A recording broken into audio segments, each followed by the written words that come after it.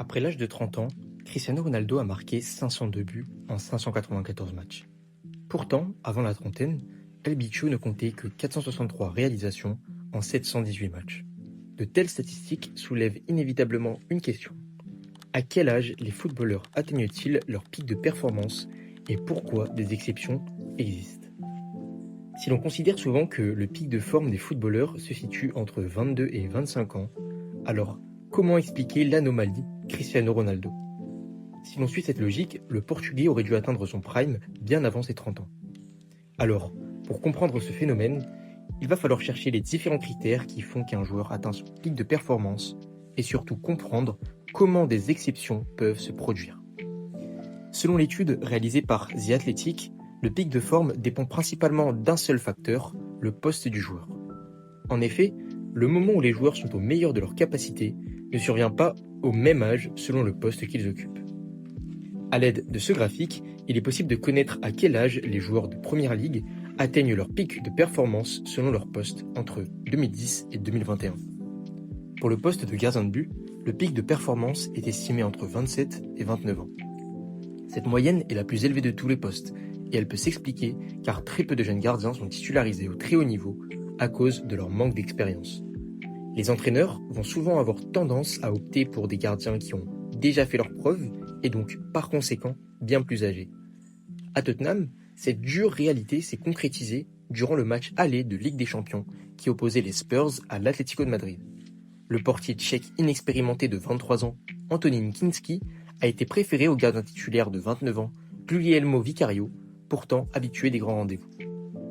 Ce choix incompréhensible a très vite porté préjudice à l'équipe, alors que Kinský a été fautif sur 2 des 3 buts encaissés par Tottenham en seulement un quart d'heure de jeu. Mais ce manque cruel d'expérience des jeunes gardiens n'est pas toujours synonyme d'incompétence. Le contre-exemple de Gianluigi Donnarumma réfute ce principe. Le portier italien a fait ses débuts à l'âge de 16 ans à l'AC Milan et s'est rapidement imposé comme un titulaire chez les rossoneri. Le cas de Donnarumma confirme que jeune gardien ne rime pas forcément avec incompétence. Cette rapide opportunité lui a permis de progresser et de devenir à 27 ans l'un des tout meilleurs gardiens du monde. Il est une preuve que si l'on accorde une chance aux jeunes gardiens, ces derniers peuvent la saisir et atteindre très rapidement leur plein potentiel. En définitive, la raison pour laquelle les gardiens atteignent leur pic de performance si tard est tout simplement à cause de leur manque d'expérience. Ces derniers peinent à bousculer la hiérarchie à cause du manque de confiance des entraîneurs qui, même lors de matchs à moindres enjeux, sont réticents à l'idée de faire jouer la doublure. Du côté des défenseurs centraux, la situation est plus ou moins similaire. L'âge estimé du pic de performance se situe cette fois-ci un peu plus tôt, puisqu'il est compris entre 24 et 26 ans. Cela peut être dû à l'acquisition au fil du temps d'une meilleure lecture du jeu et d'une meilleure qualité de relance. En effet, malgré sa demande physique importante pour stopper les attaques adverses, le poste de défenseur central n'a pas une exigence aussi importante que celle des autres postes, qui requièrent une combinaison parfaite de physique et de technique. Selon l'Observatoire du football CIES, les défenseurs centraux sont les joueurs qui, en moyenne, couvrent le moins de distance sur le terrain avec une moyenne estimée de 9,2 km par match contre 10,6 km pour les milieux. Cette demande physique moins conséquente permet donc à des joueurs plus âgés d'atteindre leur pic de performance malgré la baisse de leurs aptitudes physiques qu'ils vont compenser par leur lecture du jeu.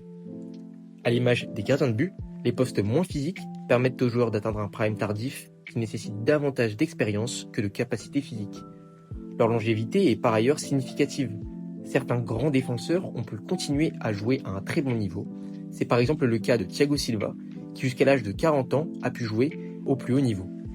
Durant sa saison 2023-2024, où il évolue à Chelsea, il réalise une superbe saison aussi bien défensivement qu'offensivement, en disputant 38 matchs et en marquant 4 buts. Du côté de la Masia, un certain Pau Cubarsí a une fois de plus prouvé que l'âge ne veut rien dire. Considéré comme l'un des meilleurs prospects à son poste, le défenseur catalan de 19 ans réalise depuis 3 saisons des performances remarquables sous le maillot des Blaugrana. Son impressionnante maturité ainsi que sa capacité à lire le jeu le propulse dans la catégorie des top défenseurs à un si jeune âge. Si désormais on se penche sur le poste de latéral, le pic de performance estimé intervient à l'âge de 25 ans. Cette statistique reflète une nouvelle tendance contemporaine qui fait du latéral un véritable piston.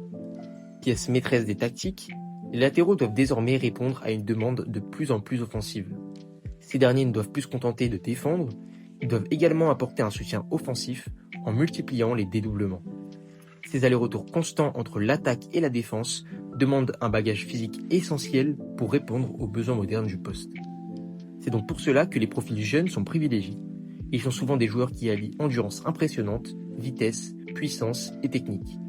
Ces caractéristiques se concentrent généralement très bien chez les joueurs en milieu de carrière dont le corps est encore à la fleur de l'âge. Les défenseurs comme Achraf Hakimi démontrent cette capacité d'adaptation des latéraux aux nouvelles attentes. Avec 93 ballons touchés lors de la finale de Ligue des Champions, remportée 5-0 face à l'Inter de Milan, Hakimi est incontestablement le joueur qui a touché le plus de ballons au cours de ce match.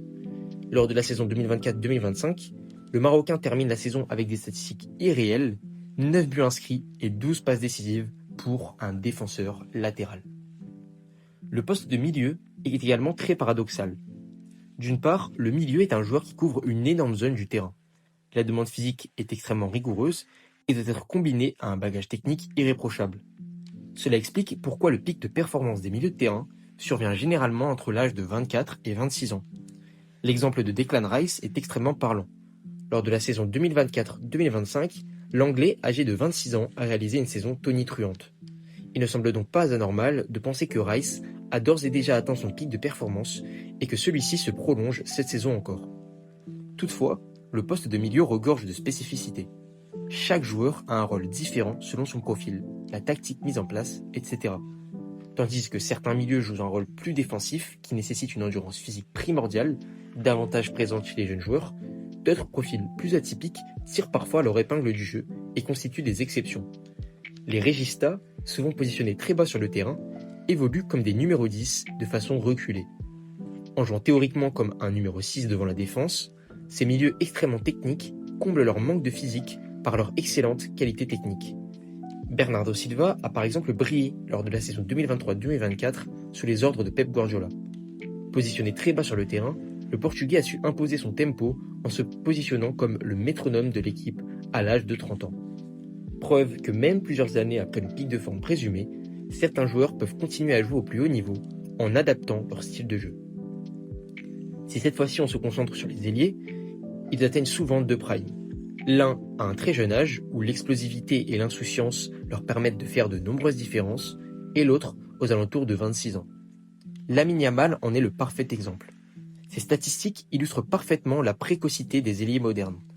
En dehors de son niveau exceptionnel, en seulement 4 saisons et 169 matchs professionnels, Yamal cumule 106 GA, dont 52 buts et 54 passes décisives sous les couleurs respectives du FC Barcelone et de la sélection espagnole. Sa technique et son intelligence de jeu lui ont notamment permis d'obtenir le trophée Copa en 2025, tout en se hissant à la 2e place du Ballon d'Or la même année. Yamal incarne donc la précocité à l'état pur, en disputant son premier match professionnel à l'âge de 15 ans et en étant le plus jeune buteur de l'histoire de la Liga. Le graphique dépeint parfaitement la réalité des ailiers, en prenant l'exemple de la Première Ligue entre 2010 et 2021. À mesure que les ailiers vieillissent, ces derniers perdent en vitesse et donc par conséquent ont moins tendance à aller jouer des 1 contre 1. Mohamed Salah, longtemps considéré comme le meilleur ailier de Première Ligue, connaît une grosse baisse de régime cette saison. Qui conserve des statistiques toujours exceptionnelles avec 19 GA en 34 matchs, son niveau de jeu est loin de ce à quoi il nous avait habitués. De plus, son pourcentage de dribbles réussis et de duels remportés en Première Ligue font partie des pires du championnat, avec seulement 22,6% de dribbles réussis et 29,7% de duels remportés.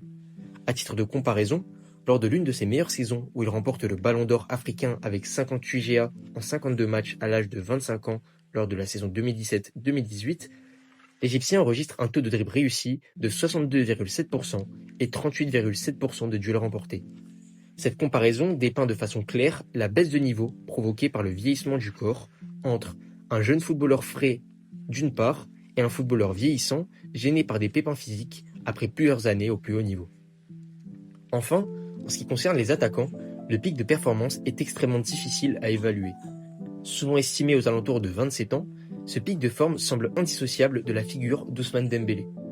Sacré Ballon d'Or après sa saison 2024-2025 où il y réalise le triplé avec le PSG à l'âge de 27 ans. Sa saison irréprochable d'un point de vue collectif l'est tout autant d'un point de vue individuel. Avec 33 buts et 13 passes décisives en 49 matchs, la ruée vers l'or de Dembélé est corollaire à son repositionnement dans l'axe. Cela s'explique notamment par la transition d'un ailier explosif et fin techniquement à un redoutable finisseur.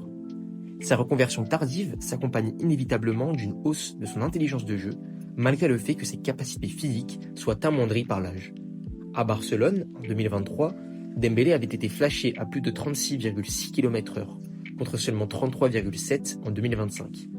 En dépit de cette réalité physique, Ousmane a indubitablement atteint son prime à 27 ans. Mais certains exemples remettent en cause ces données. À l'issue de la saison 2020-2021, Robert Lewandowski termine dauphin du classement du Ballon d'Or. Après une saison affolante sous les couleurs bavaroises, le Polonais de 33 ans compte 48 réalisations et 9 passes décisives en 40 matchs. À un âge pourtant vieillissant, Lewandowski semble donc avoir enfin atteint son pic de forme. Cette montée en puissance tardive s'explique notamment par un sens du jeu développé après de nombreuses années d'entraînement, une finition chirurgicale qu'il a améliorée au fil des années. Et bien que ses capacités physiques soient en déclin, il les compense largement par son expérience, son placement ainsi que son timing. Pour conclure, ces estimations poste par poste ne sont toutefois pas totalement représentatives.